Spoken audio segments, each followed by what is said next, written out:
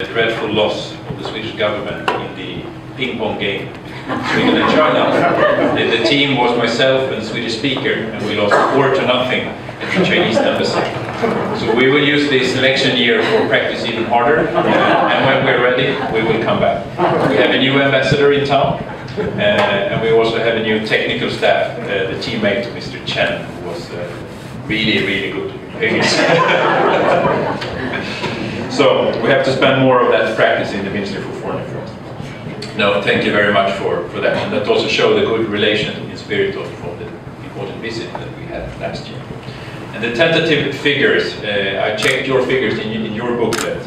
We have a little bit differences in some figures, but it's going in the same direction. We estimate that our export to China increased by something around 35%. In a couple of weeks, we will have the exact figures for 2017, but it's remarkably good. And as the ambassador said, we have a trade surplus with China for the first time in more than 10 years. And the imports from China to our little bit smaller nation also increased by almost 8%. And the direct investment as well is now amounted around more than 10 billion SEK in 2017. And one important acquisition was the Changyang Paper International, or the Nordic paper.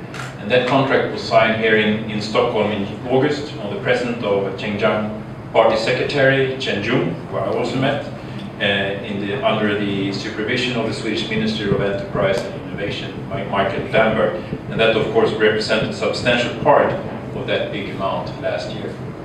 The Swedish government really welcomes the growing interest from Chinese companies to invest in Sweden. One particularly successful example of Chinese investment is, of course, Geely's acquisition of Volvo Cars and the establishment of CEFT, the development center of Geely Group in Göteborg. Everyone knows that West Coast is very important in Sweden. Skövde and West Coast. Coming back to Skövde in the end of the speech, you will understand why. There is potential for even more Chinese investment in certain areas and more cooperation on innovation and sustainability. Also in that respect, we took several important steps last year. In February, as the ambassador said, Sweden and China held a regular joint commission meeting in Beijing with 3 working groups focusing on investment, environmental protection, energy conservation, and CSR. And I was really happy to conduct that joint commission together with Secretary Zhong, who actually became the Minister of Trade almost the same weekend when we left back to Sweden. So I really appreciate that good cooperation between me and Chen, and now my boss, Mr. Linde and Chen. John. His name is